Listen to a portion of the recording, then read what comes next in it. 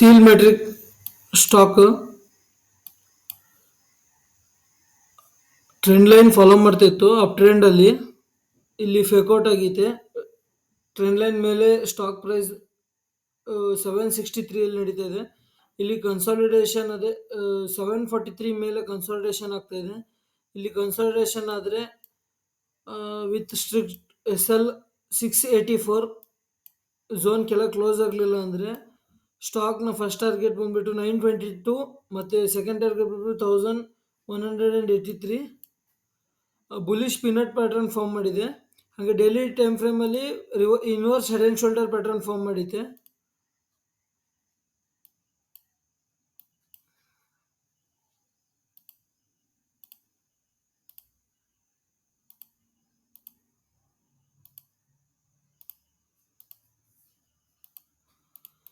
ಹಂಗೆ daily time ಫ್ರೇಮಲ್ಲಿ 15 AM ಮೇಲೆ ಸಸ್ಟೈನ್ ಆಗಿದೆ ಸ್ಟಾಕ್.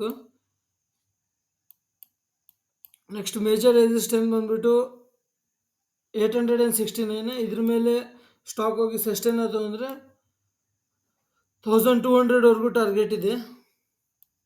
ಸ್ಟಾಕ್ 700 689 ಈ ಝೋನ್ ಕೆಳಗಡೆ ವೀಕ್ ಆಗುತ್ತೆ ಸ್ಟಾಕ್.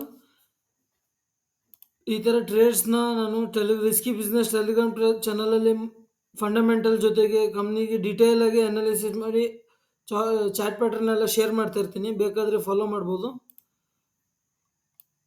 ವಿಡಿಯೋ ಇಷ್ಟ ಆಗಿದ್ದಲ್ಲಿ ಲೈಕ್, ಶೇರ್, ಸಬ್ಸ್ಕ್ರೈಬ್ ಮಾಡಿ.